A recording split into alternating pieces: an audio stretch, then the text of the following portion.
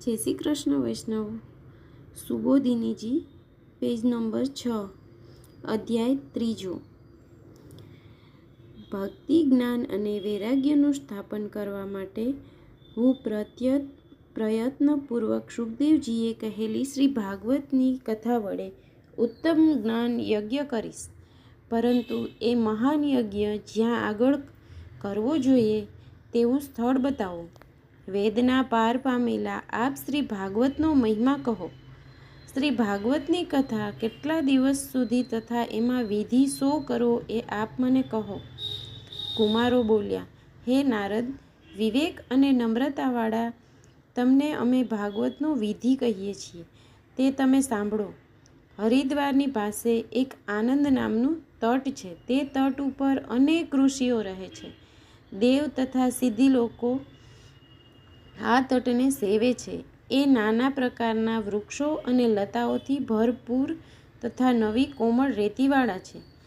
એ સ્થાન એકાંતમાં આવેલું છે, રળિયામણું છે, સોનેરી કમળોથી સુંદર દેખાવડું છે. આ સ્થળની પાસે રહેનાર જીવોના મનમાં સાહજિક વેર રહેતું નથી. માટે તમારે એ સ્થળમાં પરિશ્રમ વિના જ્ઞાન યજ્ઞ કરવો, કારણ કે ત્યાં જ્ઞાન યજ્ઞ કરવાથી અપૂર્વ રસમય કથા જામશે. ત્યારે બળ વગરના અને જરાથી જીર્ણ શરીરવાળા જ્ઞાન અને વૈરાગ્યને આગળ કરીને ભક્તિ પણ ત્યાં આવશે. જ્યાં ભાગવતની કથા થતી હોય ત્યાં ભક્તિ, જ્ઞાન, વૈરાગ્ય વગેરે હાજર જ હોય અને કથાના શબ્દ સાંભળતા એમની જુવાની આવે છે. સૂતજી બોલ્યા, આ પ્રમાણે કહી એ કુમારો કથા સાંભળવા માટે નારદજીની સાથે ઉતાવળા થઈ અને ગંગાના તીર ઉપર આવ્યા. એવો જેવા ગંગાના તીર ઉપર પહોંચ્યા કે એ જ વખતે પૃથ્વી ઉપર દેવલોકમાં અને બ્રહ્મલોકમાં કોલાહલ મચી રહ્યો. હરિરસમાં આસક્તિવાળા જે વૈષ્ણવો હતા તે બધા જ શ્રી ભાગવત રૂપી અમૃતનું પાન કરવા માટે વહેલા દોડતા આવ્યા.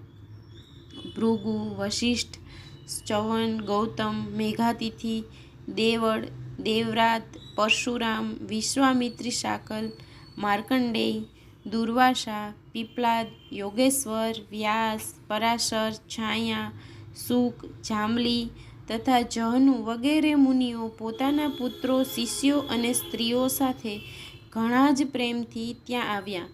વેદો, વેદાંતો, મંત્રો, તંત્રો, 17 પુરાણો અને 6 શાસ્ત્રો દેહ ધારણ કરી અને ત્યાં આવ્યા. ગંગા વગેરે નદીઓ, પુષ્કર આદિ સરોવર, સર્વે દિશાઓ, દંડક વગેરે વનો, વૃક્ષો, પર્વતો, દેવો, ગંધર્વો, કિન્નરો વગેરે ત્યાં આવ્યા. જેઓ મોટાઈને લીધે ત્યાં નહોતા આવ્યા તેઓને ભૃગુએ આગ્રહ કરીને બોલાવ્યા, તેથી એ પણ આવ્યા. પછી બધાએ શ્રવણ કરવા માટે દીક્ષા લીધી. ત્યાર પછી નારદજીએ સર્વ કુમારોને ઉત્તમ આસન આપ્યા. તેના ઉપર શ્રી કૃષ્ણમાં મગ્ન રહેનાર કુમારો બિરાજ્યા. બીજા બધા એમને પ્રણામ કરી શ્રવણ કરવાને બેઠા. સર્વની આગળ વૈષ્ણવો, વિરકતો, સંન્યાસીઓ, બ્રહ્મચારીઓ બેઠા. સૌની આગળ નારદજી બિરાજ્યા. એક ભાગમાં ઋષિમંડળ બેઠું, બીજા ભાગમાં દેવો બેઠા અને ત્રીજા ભાગમાં વેદો તથા ઉપનિષદો બેઠા. ચોથા ભાગમાં તીર્થો અને પાંચમા ભાગમાં સ્ત્રીઓ બેઠી. ત્યારે જય શબ્દ, નમઃ શબ્દ તથા શંખના ધ્વનિ થયા. ગુલાલ, ધાણી અને ફૂલની ત્યાં વૃષ્ટિ થઈ. કેટલાક દેવના નાયકો વિમાનોમાં બેસીને આવ્યા અને એ સ્થાનમાં બેઠેલા બધાને કલ્પવૃક્ષના પુષ્પો વડે વધાવવા લાગ્યા. સૂતજી બોલ્યા, હે સોનક, ઉપર પ્રમાણે સઘળા એકચિત્ત થયા. પછી સનક આદિ મહાત્માઓ નારદજીને શ્રી ભાગવતજીનું મહાત્મ્ય સ્પષ્ટ રીતે કહેવા લાગ્યા. સનક આદિ બોલ્યા, હવે અમે તમને ભાગવતનો મહિમા કહીશું, જે સાંભળવાથી મુક્તિ હથેળીમાં આવીને બેસે છે. શ્રીમદ ભાગવતની કથા સદા સર્વદા સાંભળવી જોઈએ, કારણ કે એના શ્રવણ માત્રથી પરમાત્મા મનમાં નિવાસ કરે છે. જે શ્રી ભાગવતના 18,000 શ્લોક છે, 12 સ્કંદ છે, પરીક્ષિત સુખદેવનો જેમાં સંવાદ છે, તે ભાગવત તમે સાંભળો. જ્યાં સુધી ક્ષણ માત્ર પણ શ્રી ભાગવતની કથા સાંભળવામાં આવી નથી, ત્યાં સુધી પુરુષ અજ્ઞાનને લીધે આ સંસાર ચક્રમાં ભટક્યા કરે છે. ભ્રાંતિ કરાવનાર ઘણા શાસ્ત્રો અને પુરાણો સાંભળવાનું પ્રયોજન શું છે? એક ભાગવત શાસ્ત્ર જ મોક્ષ આપવા માટે ગર્જના કરે છે. જેને ઘરે નિત્ય ભાગવતની કથા થાય છે તેનું ઘર તીર્થરૂપ થાય છે અને એ ઘરમાં રહેનારા પાપોનો એ નાશ કરે છે. હજારો અશ્વમેઘને સેંકડો વાજપેયી યજ્ઞો શ્રી ભાગવતની કથામાં 16મા ભાગને પણ યોગ્ય નથી. હે તપોધનો, મનુષ્યો જ્યાં સુધી સારી રીતે શ્રી ભાગવતની કથા સાંભળતા નથી ત્યાં સુધી જ એઓના શરીરમાં પાપો રહે છે. ગંગા ગયા, કાશી ગયા, પુષ્કર ગયા અથવા તો પ્રયાગ શ્રીમદ ભાગવતની કથાના ફળની સાથે સમાનતા ધરાવી શકતા નથી. માટે જો તમને પરમપદની ઈચ્છા હોય તો તમે શ્રી ભાગવતના અર્ધા શ્લોકનો તથા 5 શ્લોકને પણ પોતાના મુખથી પાઠ કરો. ઓમકાર, ગાયત્રી, પુરુષ સૂક્ત, 3 વેદ ભાગવત, દ્વાદશાક્ષર મંત્ર, સૂર્ય, પ્રયાગ, વર્ષફળ, કાળ, બ્રાહ્મણો, અગ્નિહોત્ર, ગાય, બારસ, તુલસી, વસંત અને પુરુષોત્તમ. આ વસ્તુઓની વાસ્તવિક રીતે વિદ્વાન લોકો જુદાઈ માનતા નથી.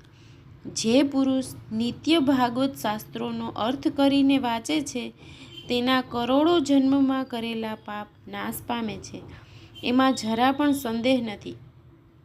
ભાગવતના શ્લોકના અર્ધ ભાગનો અથવા તો ચોથા ચરણનો જે મનુષ્ય પાઠ કરે છે તે રાજસૂય અને અશ્વમેઘ પુણ્ય મેળવે છે.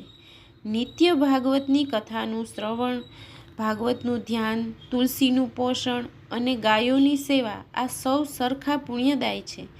જે મનુષ્ય અંતકાળ વખતે ભાગવતની કથા પ્રેમથી સાંભળે છે તેને જ ગોવિંદ પણ વૈકુંઠની ગતિ આપે છે. જે મનુષ્ય સુવર્ણના સિંહની સાથે શ્રીમદ ભાગવતનું પુસ્તક બ્રાહ્મણને દાનમાં આપે છે તે પુરુષ ભગવાનની સાથે સાયુજ્ય મુક્તિ અવશ્ય પામે છે. જે શઠ મનુષ્ય સમગ્ર જીવનમાં ધ્યાનપૂર્વક થોડી પણ ભાગવત કથા સાંભળતો નથી, ખેદ સાથે કહેવું પડે છે, ગધેડા કે ચાંડાળની જેમ તેને પોતાનું આયુષ્ય ફોગટ ગુમાવ્યું. તેણે પોતાની માતાને જન્મ લઈ ફોગટ દુઃખી કરી છે એમ સમજવું. જેણે શ્રી ભાગવતનું એક પણ વચન સાંભળ્યું નથી તે પાપીને જીવતા મુએલા જેવો સમજવું. પૃથ્વી ઉપર પશુના જેવો ભારરૂપ છે એ થાય છે, એને ધિક્કાર છે. એમ સ્વર્ગમાં વસનારી દેવાંગનાઓ કહે છે કે જગતમાં શ્રી ભાગવતની કથા જ દુર્લભ છે. એ કથા કરોડો જન્મ વડે એકઠા કરેલા પુણ્ય સમૂહ વડે જ મળે છે. માટે હે યોગના નિધિ, હે બુદ્ધિમાન, એ કથાને પ્રયત્નપૂર્વક સાંભળવી. અમુક દિવસે જ સાંભળવી એવો દિવસનો નિયમ એ સાંભળવામાં નથી. એથી સદા એનું શ્રવણ કરવું. સત્ય અને બ્રહ્મચર્ય વ્રત પાળીને કથાનું શ્રવણ કરવું જોઈએ. પરંતુ કળિયુગમાં એમ ન બની શકે.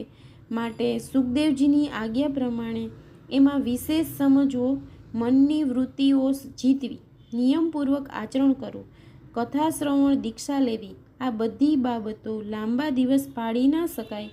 માટે 7 દિવસ સુધીમાં સાંભળવાનું કહ્યું છે.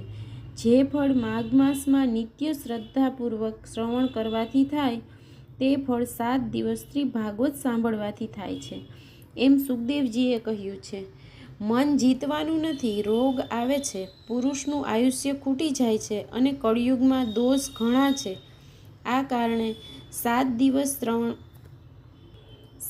દિવસ શ્રવણનો વિધિ નક્કી કર્યો છે કે જે ફળ તપ વડે, યોગ વડે અથવા તો સમાધિ વડે મળી શકતું નથી તે ફળ સપ્તાહમાં શ્રવણ કરવાથી શ્રમ વગર મળે છે.